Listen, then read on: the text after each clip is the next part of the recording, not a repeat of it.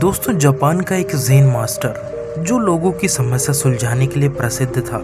एक दिन एक आदमी उस ज़ेन मास्टर से मिलने पहुंचा और वह बहुत ही क्रोधित लग रहा था। जैसे ही वो पहुंचा, उसने ज़ोर से दरवाजे को खोला और अपने जूतों को उतारकर दूर फेंक दिया। जैसे ही उस आदमी ने अपना पहला कदम कमरे में रखा, ज़ेन मास्टर ने उसे कहा, रुक जाओ, तुम अंदर नहीं आ सकते। आदमी ने पूछा, लेकिन ऐसा क्यों? ज़ेन मास्टर ने कहा, पहले जाकर उस दरवाजे और जूतों से माफ़ी मांगो। आदमी ने कहा, ये कैसे फालतू की बातें कर रहे हैं? मैंने सुना था ज़ेन मास्टर पागल होते हैं, लेकिन मैंने भरोसा नहीं किया। परंतु आज ऐसा लगता है कि वह सब लोग सही कह रहे थे। आपको पता भी है आप क्या बोल रहे हैं? मुझे अपने जूतों और दरवाजों से क्यों माफ़ी मांगनी चाहिए?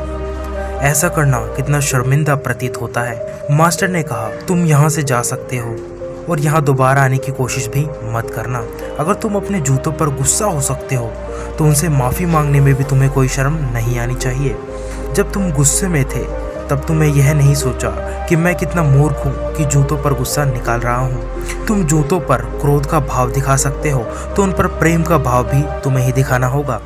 जब तुमने दरवाजे को बुरी तरीके से गुस्से में खोला तो तुमने ये सोचा था कि इस दरवाजे ने तुम्हारे साथ कुछ गलत नहीं किया है। तुम इसे गुस्से की बजाय प्रेम भाव से भी खोल सकते थे, किंतु तुम तो गुस्से से भावहीन होकर सामने वालों को कुछ समझ ही नहीं रहे हो।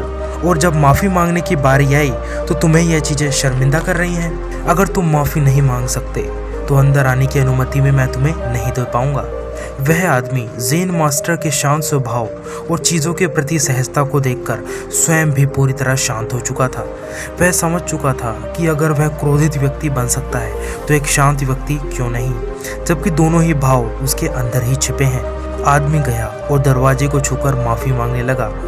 उसकी आंखों से आंसू निकल रहे थे, जिसके बाद वह जूतों के पास गया और झुककर उनसे भी माफ़ी मांगने लगा।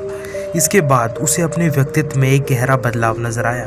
ज़ेन मास्टर भी उसके पास आकर उसे कंधों से उठाकर उसे गले लगाया और कहा, बेटा, जीवन सिर्फ एक बार ही तुम्हें दिया गया है। इसको गुस्से जैसी चीज़ों में बर्बाद मत करो और याद रखो, दूसरों के साथ हमेशा वैसा ही व्यवहार करना जैसा तुम चाहते हो कि दूसरे तुम्हारे साथ करें।